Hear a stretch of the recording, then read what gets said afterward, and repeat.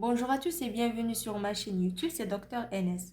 Alors dans les vidéos précédentes, on a déjà parlé sur le développement du cerveau, les diverses structures encéphaliques, le télencéphale, le diencéphale. On a aussi parlé du développement de la partie supérieure du tronc cérébral qui est la structure mésencéphalique.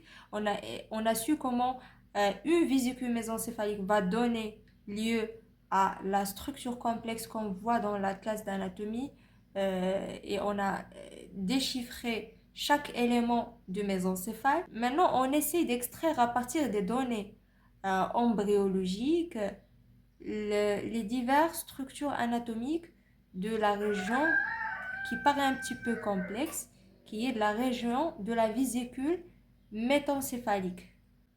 Maintenant, on va débuter par le principe de la vésicule. Comme je vous ai dit, la vésicule, c'est une structure embryologique formée par trois couches. La couche qui est la plus proche de la lumière, c'est la couche périventriculaire.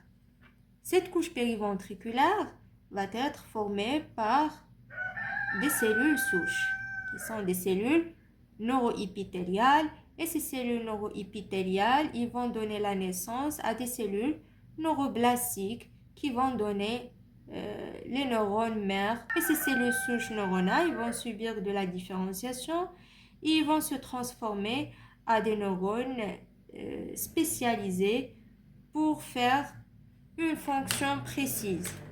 Alors, et en même temps, ces cellules neuroépithéliales vont donner lieu à des cellules de la couche épendymère périventriculaire qui donne lieu ou qui va participer à la synthèse de liquide céphalorachidien. D'un autre part, ces cellules aussi vont donner des cellules souches gliales. Ce sont des cellules de soutien et de la nutrition et de la protection des neurones. Et ce sont des cellules aussi qui aident la cicatrisation.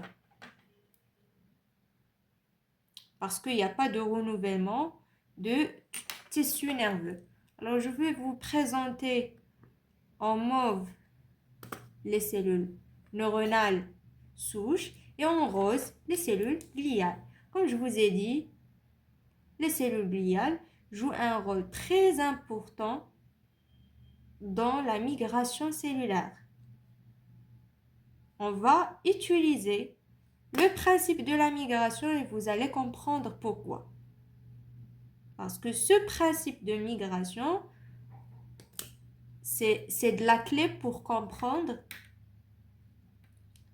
comment ça se forme le cortex cérébelleux. Parce que la vésicule mésencéphalique donne lieu à la fois au cervelet et au pont. Alors, voilà, ça c'est de la couche périventriculaire. Je vais ici l'entourer en noir. On a une couche intermédiaire, c'est de la zone de la migration des diverses cellules neuronales qui vont participer dans la formation soit de la substance blanche du tronc cérébral, soit au noyau gris centraux du cervelet. Voilà, ici c'est de la couche périphérique formée exclusivement par la substance blanche. Ce sont les prolongations axonales de ces cellules neuronales. Ici, on va essayer d'appliquer le principe de la migration de la substance grise au sein du tronc cérébral, puisque le mésencéphale va donner lieu à la fois au tronc cérébral, une partie du tronc cérébral qui est le pont, et aussi au cervelet. Donc, au début, on aura de la migration propre au tronc cérébral. Cette migration va être formée à partir de le déplacement des cellules de la couche périventriculaire vers la couche intermédiaire. Au début, ces cellules, ils ont un potentiel de migration qui est moyen. Donc, il ne va pas arriver vers la couche périphérique. Donc, ils vont s'arrêter ici, au niveau de la couche intermédiaires. Ils vont se condenser et ils vont donner la naissance à une couche compacte, formée seulement par les cellules neuronales et aussi les cellules gliales. Jusqu'à maintenant, c'est clair. Alors, comme je vous ai dit, dans le tronc cérébral, cette couche compacte, il va être subdivisée en deux segments ou bien deux plaques. Donc, je vais vous présenter ici en rose une plaque qui est postérieure, destinée à tout ce qui est sensitif. Et ici, en bleu, une plaque ventrale, destinée à tout ce qui est moteur. D'accord?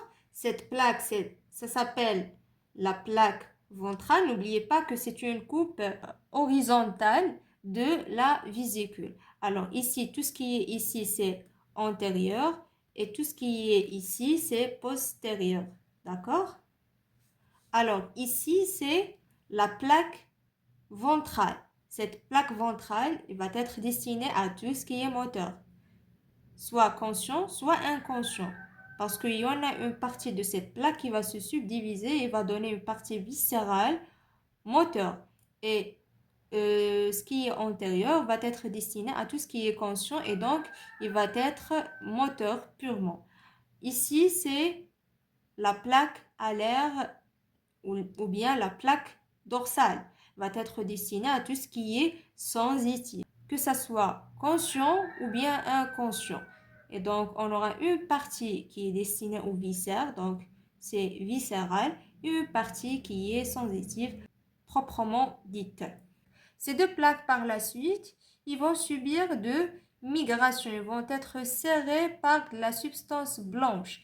Et à la fois, on aura aussi cette lumière, il va être réduite et il va être aussi basculé par la condensation au niveau antérieur de la substance blanche qui va former des sortes de connexions parce que ici c'est une sorte une flexure ou bien une sorte d'un carrefour qui va réunir les neurones du cortex cérébral avec le cervelet. Et donc, on aura une substance blanche qui va être dense.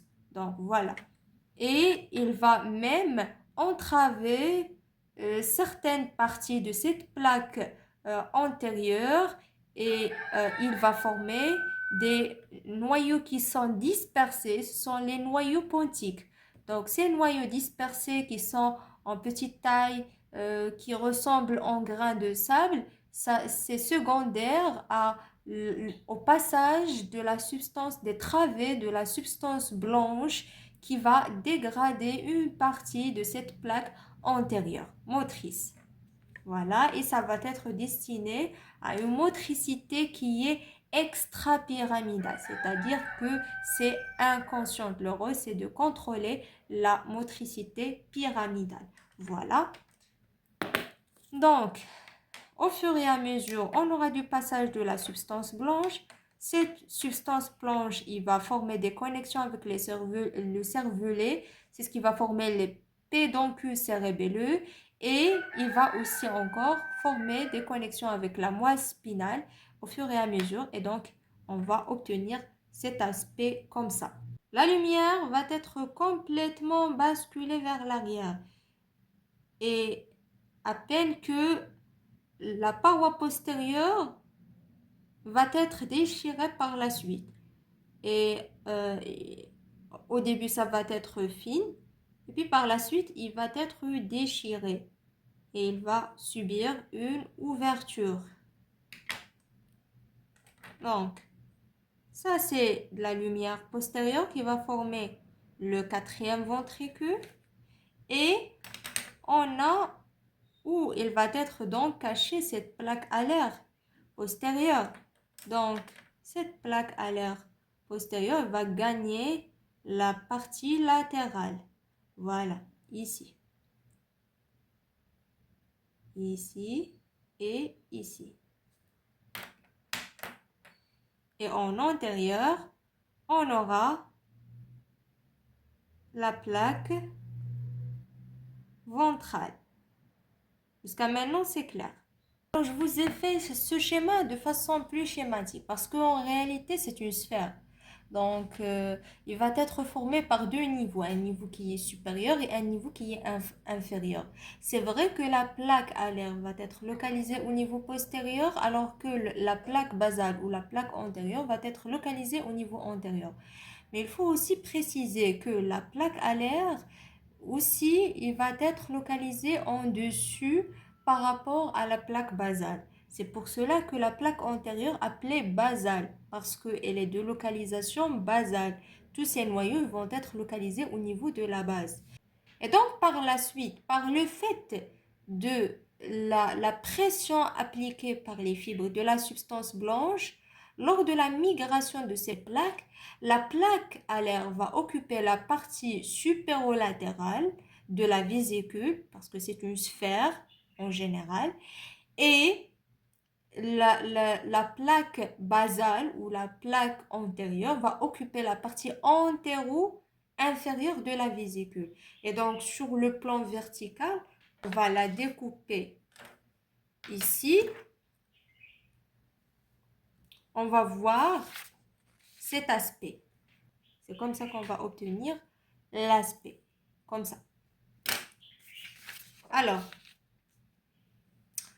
donc, on a dit que cette plaque basale va être intercalée à la fois par le passage de la substance blanche. C'est ce qui va créer les noyaux pontiques.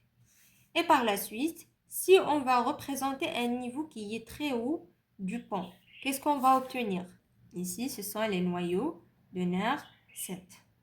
Et on aura à la fois les noyaux de nerf 8. Voilà. De façon plus haut, je vais la représenter ici en pointillé, en vert. C'est le locus coeruleus. Donc le locus coeruleus va être de localisation plus haute. Et au fur et à mesure, par la migration, etc., et le passage de la substance blanche, ces deux noyaux vont être poussés plus médialement et on va obtenir cet aspect. Et donc les noyaux, ils ne vont pas rester ici. Ils ne vont pas rester ici. Ce sont les noyaux de nerf 8 ou bien le nerf cochléo-vestibulaire. Et ici, ce sont aussi les noyaux de nerf 7. Ce qui est représenté ici en pointillé, c'est le locus coeruleus. C'est un noyau qui est essentiel parce qu'il va maintenir le corps immobile pendant les rêves pour ne pas agir face à un rêve. Par exemple, si on est en train de rêver, qu'on est en train de, je sais pas, on est en train de se disputer avec quelqu'un et supposons qu'on est par exemple en train de rêver qu'on est en train de porter quelque chose pour le frapper par exemple, ben en fait si ce locus coeruleus va pas être activé, franchement on peut frapper quelqu'un lors du sommeil, mais grâce à ce noyau on va rester immobile même si on voit ce rêve. Donc voilà, ça c'est juste un exemple pour la mémorisation. Voilà. Ça c'est sur le plan supérieur. Sur le plan inférieur, on aura du regroupement de noyaux gris qui sont responsables de la motricité. Un peu en avant, on aura des noyaux qu'on ne les voit pas sur la vue postérieure du pont. Ce sont les noyaux de nerf 6 ou les noyaux de nerf abducens. Et puis, en arrière, on a le nerf 12 plus médialement. 6, 12, 6, 12. 6 fois 2 est égal 12. C'est juste une sorte d'astuce pour mémoriser. Et juste à côté, à ce niveau, on aura deux nerfs 11. Et il faut savoir que ces berges ils vont avoir un potentiel prolifératif qui est très important. Et c'est ce qui va participer à la formation de cervelets. Donc, ils vont se multiplier, ils vont se réunir et ils vont former la partie initiale ou l'archéocérébellum, c'est le vermis. Donc, ils vont former la première partie qui va être formée du cervelet, c'est le vermis.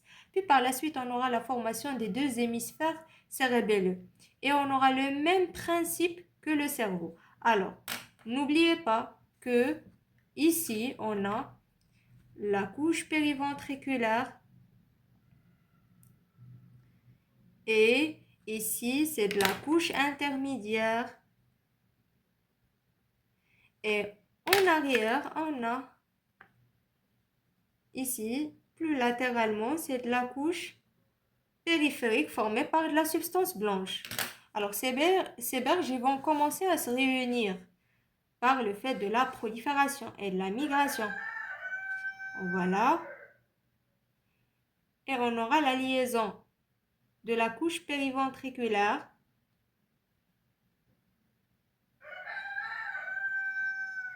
et la migration à la fois des cellules, selon la loi du cerveau, comme vous savez. Et on a des cellules de cette couche périventriculaire qui va migrer de la région périventriculaire grâce aux cellules gliales vers la région périphérique pour former le cortex. Parce que ici, on aura encore plus de la substance blanche. Donc, on veut la transformer en cortex. Donc, il faut que les cellules de la substance grise ils vont migrer de cette zone, la zone périventriculaire, vers la zone périphérique. Et donc, par la suite, on va obtenir un cortex à base de 3 couches cellulaires du cervelet. Et on a des cellules qui n'ont pas on a des cellules qui restent quand même, ou des résidus de la substance grise qui va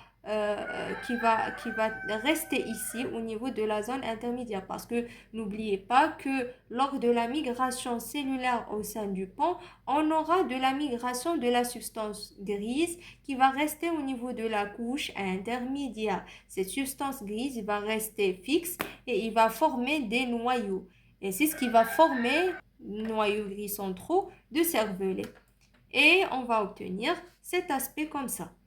C'est le quatrième ventricule. Voilà. Ici, comme je vous ai dit, je vous ai représenté ici la substance grise périventriculaire par le bleu. Je vais la représenter là-bas. Pour vous indiquer qu'il y a une migration là-bas. Il y en a des cellules qui ont migré de la zone périventriculaire vers la partie périphérique ou la zone périphérique pour donner le cortex. Et qu'est-ce qui va arriver pour la substance blanche qui forme cette zone périphérique? Il va rester là-bas. Il va rester là-bas.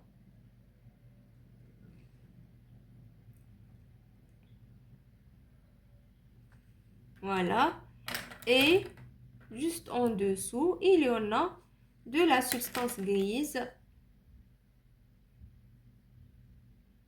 qui va former, intermédiaire, qui va former les prochains noyaux gris centraux du cervelet. Voilà. Au fur et à mesure, on a un potentiel prolifératif qui est élevé. Donc, on aura plus de formation des gyrus, plus de formation des lamelles. Et donc, on va avoir un aspect comme ça. Voilà. Des circonvolutions. Parce qu'il n'y a pas assez d'espace au niveau de la fosse cérébrale postérieure. Et donc, le cortex va avoir comme solution, c'est le fait de s'incurver et il va former un ensemble d'éplicatures qui vont former les circonvolutions cérébelleuses. Voilà. Et par la suite, on a de la prolifération qui va continuer. Voilà, et donc on aura de la formation de la substance grise ici. Voilà.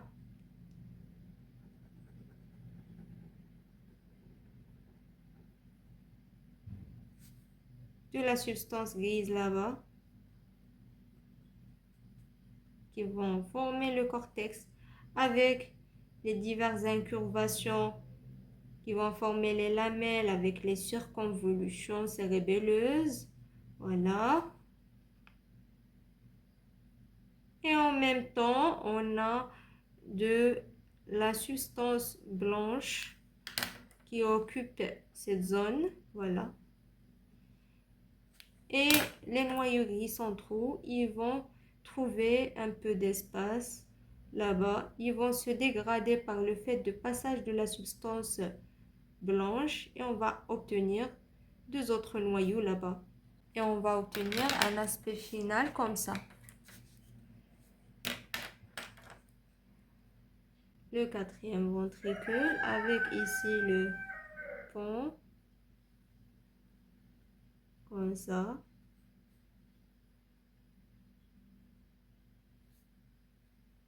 Voilà, ça c'est le quatrième ventricule. Ici, ce sont les deux noyaux fasciaux. Ce sont les noyaux les plus médials. Ici, c'est les globus. Et ici, plus latéralement, c'est les deux embolus. Et ici, ce sont les noyaux dentés parce qu'ils ont un aspect denté. Voilà. Ça, ce sont les noyaux appelés les noyaux interposés parce qu'ils s'interposent entre les deux noyaux fastigiales et les noyaux dentés de part et d'autre. Ici, c'est le globus. Ici, c'est l'embolus. Donc, voilà. C'est comme ça qu'on va obtenir les noyaux du cervelet avec le cortex et de la substance blanche.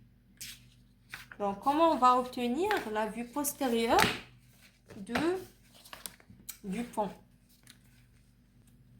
C'est comme ça. On aura un aspect de losange. Ici, ce sont les pédoncules. C'est de la substance blanche. Les pédoncules cérébelleux supérieurs qui vont se communiquer avec le mésencéphale et le cerveau. Ils vont faire communiquer le cervelet avec le mésencéphale et le cerveau. Puis plus latéralement, ce qui est coupé ici en pointillé, ce sont les pédoncules cérébelleux moyens.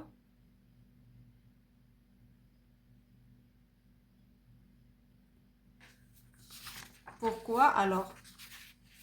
Parce que lorsqu'on va couper ici,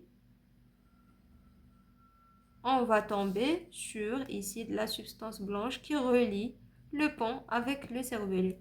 C'est de pédoncule cérébelleux moyen. C'est ce qu'on va retrouver ici. Voilà. Et en bas, on a les pédoncules cérébelleux inférieurs. Voilà. Et on a entre les deux pédoncules cérébelleux supérieurs une sorte de voile. C'est la voile médulaire supérieure. C'est de la substance blanche. Voile médulaire supérieur. On aura un aspect comme un losange, voilà, qui va être subdivisé en deux. Donc, on aura deux triangles, un triangle qui est supérieur et un triangle qui est inférieur. Ce losange va être subdivisé par les fibres de nerfs cochléo-vestibulaires. Alors, je vais représenter les nerfs cochléo-vestibulaires par la coloration vert et puisque on va couper cette région, puisque la coupe va passer par cette région, donc on va voir tout ce qui est ici. On va voir tout ce qui va composer la paroi postérieure. On va le voir dans la vue postérieure. Alors, donc, comme je vous ai dit, dans un niveau qui est un peu plus haut, on va avoir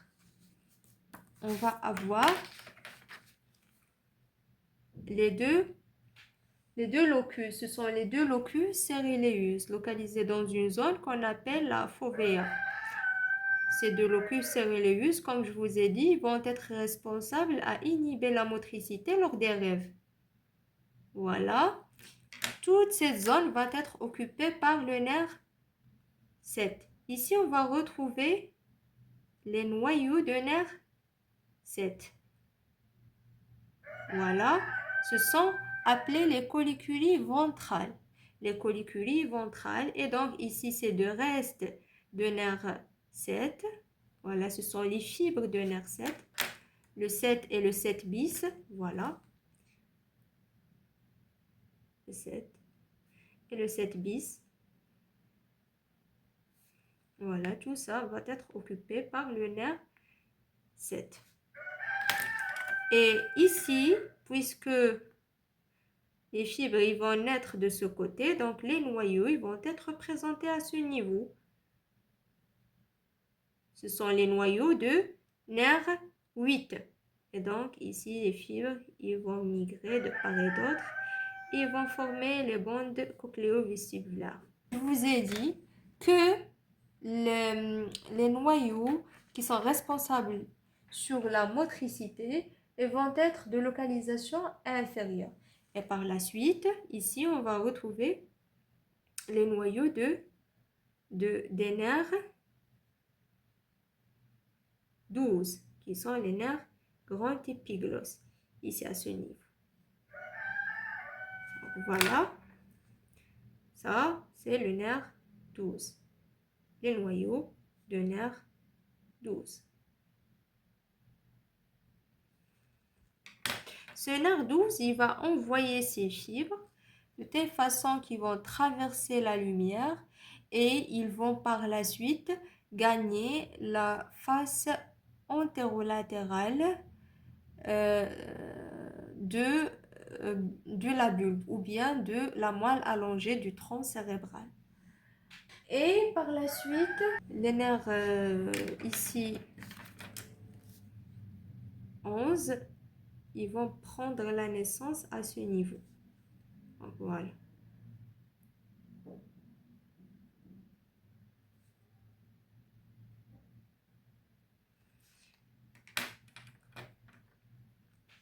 Donc, jusqu'à maintenant, c'est clair. Ça, c'est la paroi postérieure du pont. Ça, c'est de la paroi postérieure du pont. Voilà. Et juste en dessous, ça va se continuer avec le bulbe. Donc, voilà, ça, c'est de la paroi postérieure du pont. Donc, si on va voir la vue antérieure du pont, comme je vous ai dit, le pont, c'est une structure formée par des fibres qui sont très denses et de la substance blanche et qui vont permettre de relier à la fois le cerveau avec la moelle spinale, le cerveau avec le cervelet. Et comme je vous ai dit que une très grande partie de la substance blanche, lorsqu'on va faire une coupe à ce niveau, il y en a un passage d'une très grande quantité de la substance blanche qui va permettre de relier le pont avec le cervelet. Et donc, ce sont les pédoncules cérébelleux moyennes. Et donc, la totalité des pédoncules cérébelleux moyennes, ils vont tapisser la face antérieure du pont. Et donc, par la suite, on va avoir cet aspect comme ça. Voilà. Ils vont se continuer en arrière avec le cervelet. Voilà.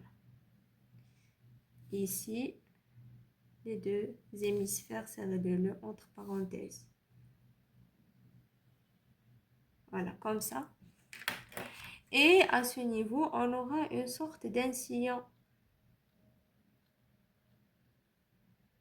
C'est le sillon basilaire, là où on aura le passage de tronc basilaire. qui va vasculariser à la fois.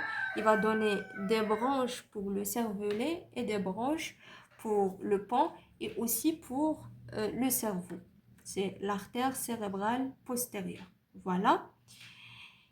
Et sur une vue latérale, comment on va voir le pont avec le cervelet?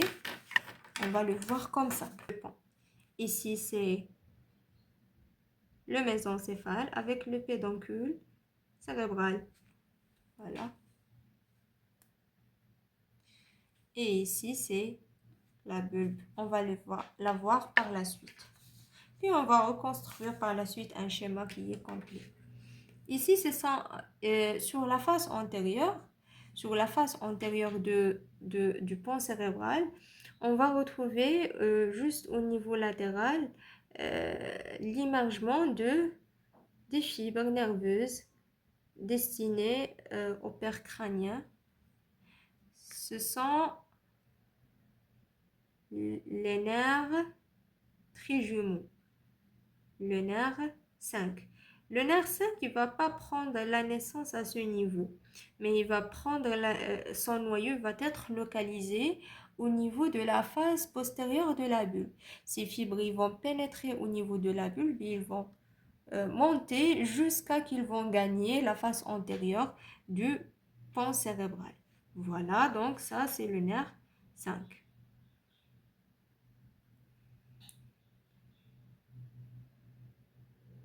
Ça c'est le nerf 5. Et comme je vous ai dit, les nerfs cochléo-vestibulaires, ils vont prendre leur naissance au niveau postérieur, puis ils vont s'enrouler autour de tronc cérébral au niveau de la région pontique et ils vont gagner ces zones. Voilà. Voilà les fibres de nerfs cochléo-vestibulaires. Les nerfs 7 aussi, ils vont donner leurs fibres qui vont s'enrouler autour de... Ils vont être dirigés, ils vont être obliques en bas et latéralement, puis en avant, voilà, comme ça, en bas, latéralement, puis en avant. Ils vont s'enrouler autour du pont et ils vont donner leur naissance à ce niveau. Ils vont donner leur immergence à ce niveau. Donc voilà le nerf 7.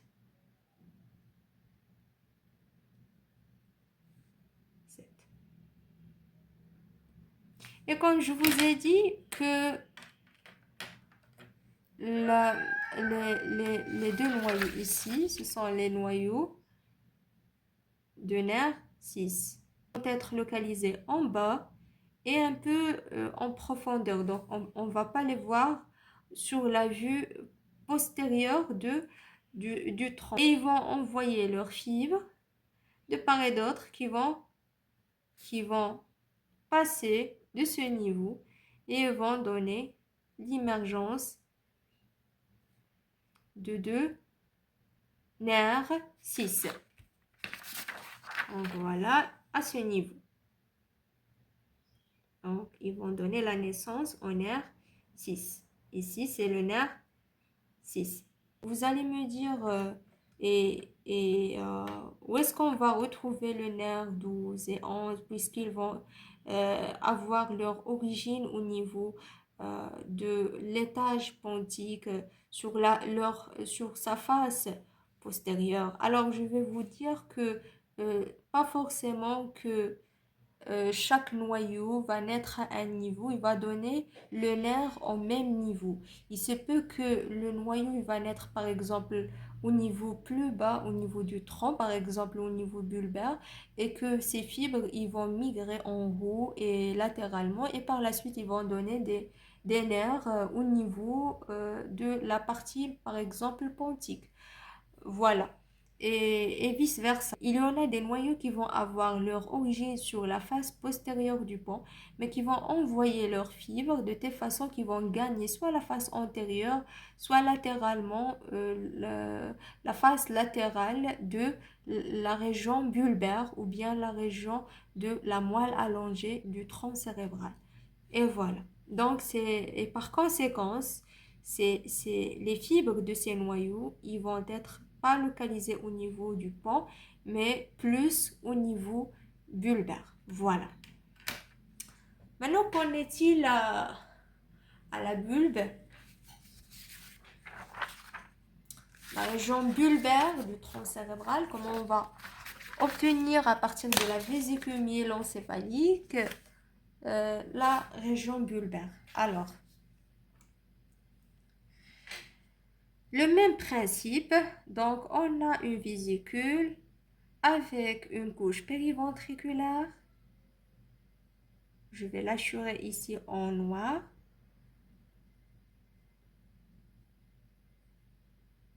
Puis, on a une zone qui est intermédiaire. Je vais l'assurer en vert. Puis, une zone périphérique. Je vais l'assurer en rose, composée par de la substance blanche. Puis le principe de la migration de la substance grise du tronc qui va donner lieu à deux plaques va être aussi appliqué à ce niveau. Et donc on aura deux plaques, une plaque alaire que je vais la représenter ici en bleu, c'est postérieur, et une plaque qui est basale antérieure, destinée pour tout ce qui est moteur. Voilà, je vais l'assurer en mauve. Ici, en bleu, c'est la plaque alaire ou la plaque dorsale. Alors, on aura ici de la condensation des fibres de la substance blanche et aussi à la fois de la croissance qui est élevée de la substance grise à ce niveau. Et donc, tout ça, il va être responsable de la formation d'un aspect qui est de très petite taille de cette lumière et qui est en aspect de losange. Ça va former une sorte d'un canal, c'est le canal épendymère. Là, on est en train de se rapprocher de la forme conventionnelle de la moelle spinale. Donc, parce que c'est une zone vraiment de transition entre le tronc cérébral et aussi de la moelle spinale. C'est pour cela que l'aspect de la moelle allongée elle ressemble un peu plus ou moins la moelle spinale. On aura la formation à partir de la substance blanche périphérique des sortes de cordons. Donc on aura des cordons. On aura un cordon ici. Je vais la représenter mieux ici en rose. Voilà. Donc la substance blanche, il va former des cordons. On aura des cordons. Ici, c'est des cordons postérieurs. Voilà. Ici, ce sont les cordons latéraux. Voilà. Voilà. Ici, ce sont les deux cordons antérieurs.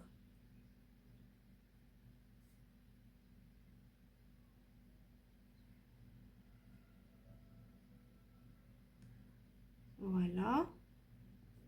Et ces deux cordons postérieurs vont être subdivisés en deux par des sillons qui sont de type intermédiaire postérieur. On aura de la substance grise qui va former des noyaux. Donc, on a la plaque alaire va être responsable de la formation de la forme sensitive de nerfs trigéminaux. Donc, ils vont former des noyaux trigeminaux qui vont être repoussés un petit peu vers l'arrière. Et aussi, cette lumière va être repoussée un petit peu vers l'arrière du fait de passage ici des voies pyramidales qui vont occuper la zone antérieure. Et donc, par la suite, tous ces éléments vont se retrouver serrés et ils vont occuper la zone postérieure jusqu'à ce que ce noyau il va apparaître au niveau de la face postérieure du tronc cérébral. Il va former le noyau de nerf trijumeau. Donc voilà. Et voilà, de part et d'autre, on aura les nerfs trijumeaux. On aura la formation des noyaux de Gold et de Burdach qui sont des noyaux de la voie lemniscale. Voilà. Et on a ici le noyau, puisque c'est moteur. Ici, c'est le noyau de nerf 5, moteur. Voilà. Et ici, on aura des noyaux ici volumineux qui vont former les noyaux bulbaires, les noyaux olivins. Voilà. On aura le développement de la substance blanche ici et de la décussation des fibres de la voie pyramidale. Donc, tout ce qui est ici va être un petit peu refoulé vers l'arrière jusqu'à ce que ces noyaux de Gold et du Burdach, ils vont s'accoler à la paroi postérieure en regard des cordons postérieurs. Voilà, c'est ça, c'est comme ça.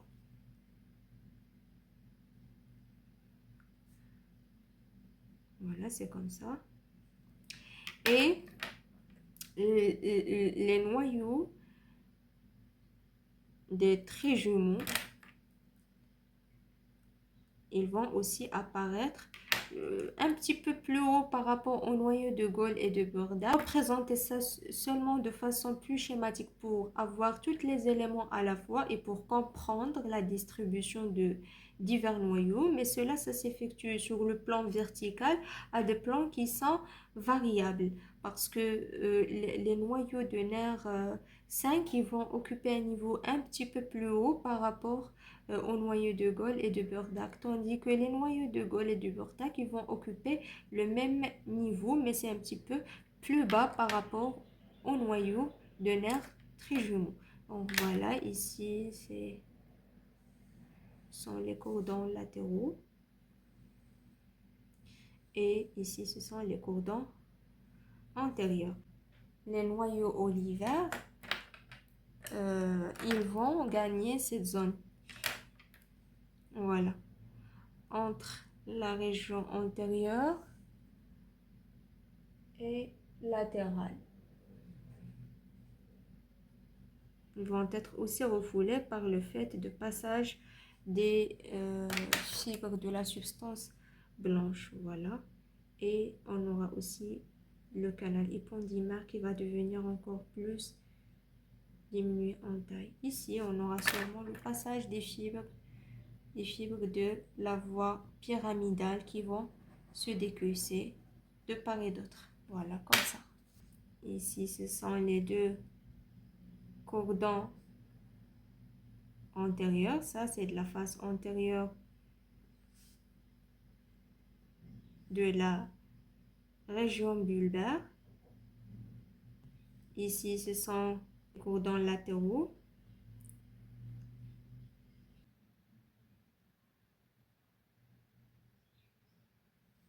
Ici, on va retrouver des traces de la décussation des fibres de la voie pyramidale. Ici, ce sont les deux noyaux olivars. Voilà, les deux noyaux olivars. Ça, c'est la vue antérieure du bulbe. La vue postérieure, ben, en fait, on n'arrive pas à faire une limite entre le pont et aussi la région bulbaire. On aura ici un résidu du pont formé par les deux pédoncules cérébelleux inférieurs. c'est la partie inférieure du losange. Et juste en bas, on aura ici une partie qui est augmentée de taille, de volume. Ce sont les noyaux des nerfs trijumeaux ou nerfs 5, juste en dessous. Donc, voilà, ici. Juste en dessous, on va retrouver les fibres et les noyaux de Gold et de Burdach, ou bien la voie lemniscale ou la voie postérieure de la sensibilité. Il va être responsable de la sensibilité qui est épicritique, discriminative, consciente,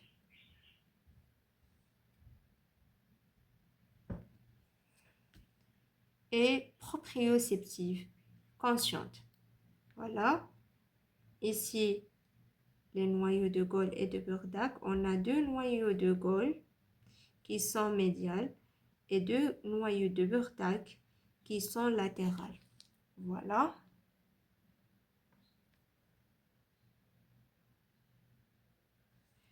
Et après, ici, c'est de la substance blanche. Voilà.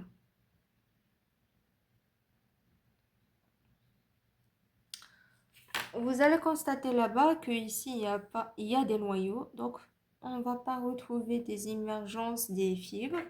Ces fibres, ils vont migrer de part et d'autre. Alors, il y en a des fibres ici de nerf 5 qui vont prendre le relais à ce niveau, ils vont croiser la ligne médiane, ils vont par la suite monter vers le pont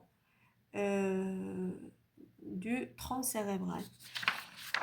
Et il y en a des noyaux qui vont naître à partir de la face postérieure du pont, qui sont les noyaux grand hypoglosse, le nerf 12 et les noyaux de 11. Donc ces noyaux, ils vont naître au niveau de la face postérieure du pont. Attention, ici c'est du pont, c'est pas de la région bulbaire. Et ils vont envoyer des fibres qui vont descendre par la suite et ils vont gagner la face antérieure à ce niveau, au niveau pré-olivaire. Et ils vont former les fibres de nerf 12. Voilà. Le nerf 11, il va envoyer ces fibres qui vont gagner la partie latérale, la face latérale, ou bien le cordon latéral du bulbe à ce niveau.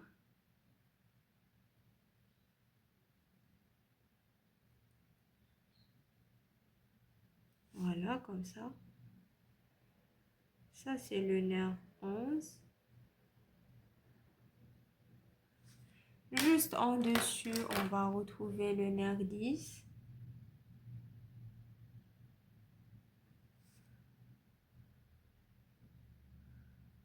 Voilà, et en dessus, on va retrouver le nerf 9. Voilà. On va faire comme un récapitulatif de tout ce qu'on a vu concernant le développement du tronc cérébral. On va essayer de relier ces divers segments, former un dessin complet concernant le tronc cérébral en essayant de projeter chaque élément. Ça, c'est la vue antérieure. On va faire une vue antérieure. On a dit que la vue antérieure de mésencéphale, ça apparaît comme ça. Voilà. Comme on a déjà dit dans la vidéo précédente, on a dit que le mésencéphale va être coiffé par le chiasma optique. Voilà. Ici, c'est le chiasma. Ici, on aura les pédoncules cérébraux. Les pédoncules cérébraux entre lesquels on va retrouver la tige pituitaire avec la glande hypophysaire. Et ici, les corps mammillaires. On a dit que la naissance de nerf 4 va prendre lieu au niveau de la face postérieure du mésencéphale, puis il va s'enrouler autour du mésencéphale et il va arriver à ce niveau. Donc ici, c'est le nerf 4. Et on a dit que le nerf 3, il va prendre la naissance au niveau de la face antérieure du mésencéphale.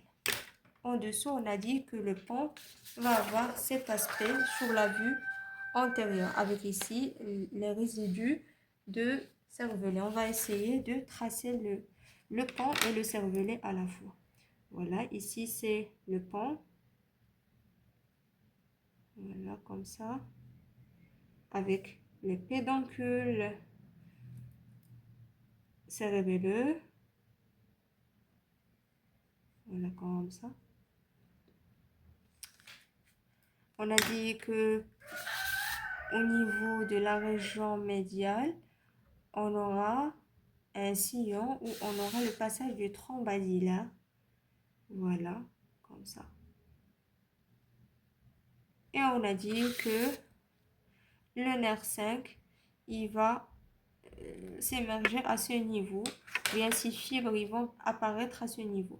Son origine va être localisée au niveau de la face postérieure de la région bulbaire ou de la moelle allongée. Et par la suite, la moelle allongée va envoyer ces fibres de telle façon que les fibres de nerf 5 qui vont occuper la face antérieure du pont. Donc, on aura les nerfs 5 ici. Les nerfs trigonaux à ce niveau. Puis, on a dit que la face antérieure de la région bulbaire ou bien de bulbe rachidien ou de la moelle allongée, ce que vous voulez, il va être formé par à la fois, la vue antérieure va être formée par les colonnes. Ici, ce sont les colonnes antérieures. Ici, ce sont les prolongations des colonnes latéraux. Voilà, ici, comme ça.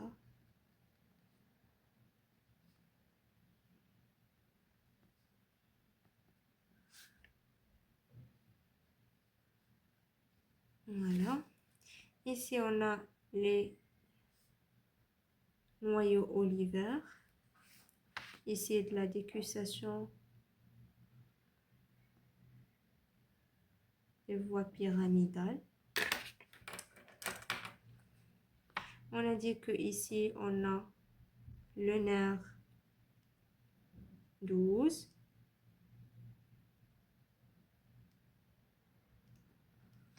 Ici, c'est le nerf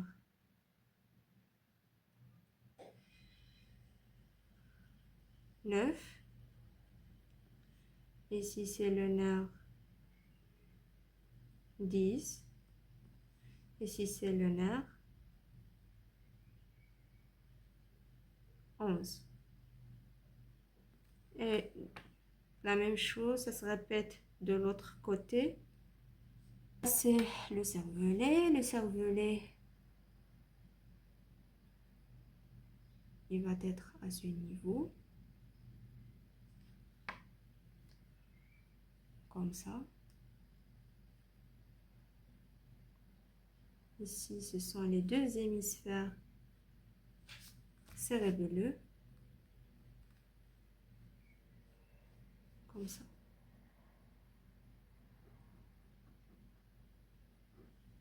Et voilà. Voilà le schéma complet sur la vue antérieure. Sur la vue postérieure, on va obtenir cet aspect comme ça. On va avoir ici les deux corps géniculés avec les collicules qui sont, les collicules, ce sont des composantes mésencéphaliques, alors que les corps géniculés, ce sont des structures déencéphaliques. On n'arrive pas à faire la part des choses entre ces diverses structures. Il n'y a pas de limite claire entre ces deux structures anatomiques. Donc voilà. Et si c'est de la continuité des pédoncules cérébraux, voilà. Je vous ai dit que on a de pédoncules cérébelleux. Je vais les représenter ici comme ça, côté.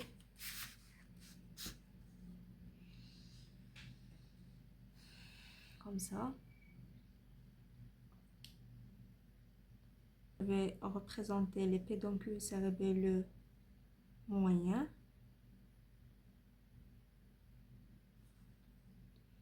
De part et d'autre. C'est le pédoncule cérébelleux inférieur.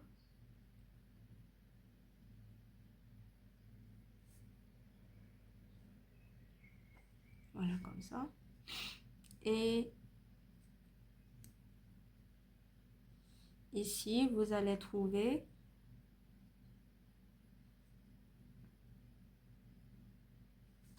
comme vous voyez là-bas,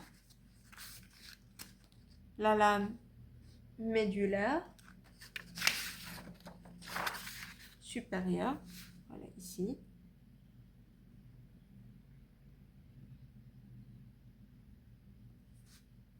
On a dit que ce losange va être subdivisé en deux et par l'intermédiaire des bandes qui sont cochléo-vestibulaires. Voilà. Ici, on va retrouver les fovéas supérieurs, à l'intérieur duquel se situe le locus ceruleus. Ici, on va retrouver les collicules ventrales. Les collicules ventrales qui sont les noyaux de nerfs 7. Ici, ce sont les fibres de nerf 7. Et ici, les noyaux de nerf 7 bis avec les fibres de 7. Ici, les deux fovéas inférieurs qui vont être occupés par l'intermédiaire de les organes circumventriculaires qui vont jouer le rôle de la barrière hémato-encéphalique qui permettra le passage ou la filtration de l'ensemble des substances qui passent du sang vers le liquide céphalorachidien. Ici, ce sont les noyaux de nerfs 12 et ici les noyaux de nerfs 11. Voilà. On va descendre et on va retrouver la face postérieure de la région bulbaire. Voilà, ici. Ça, ce n'est que de la continuité de ce schéma ici. Donc, on va obtenir cet aspect comme ça.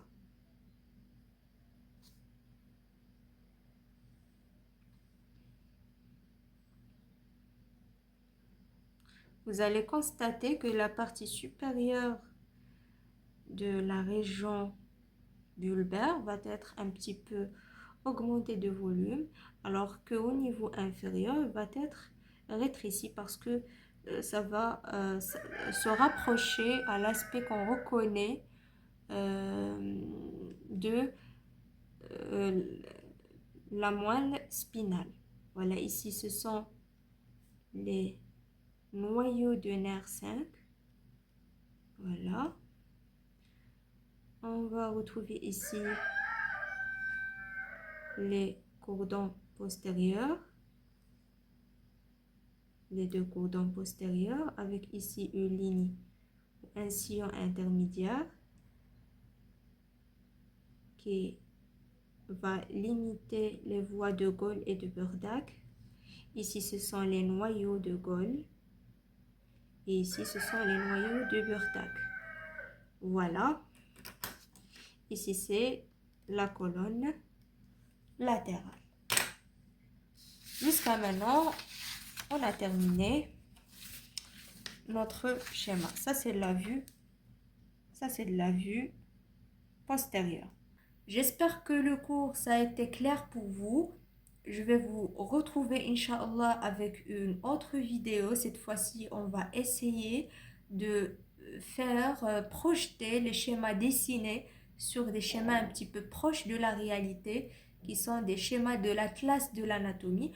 Voilà pour aujourd'hui. J'espère que c'est clair.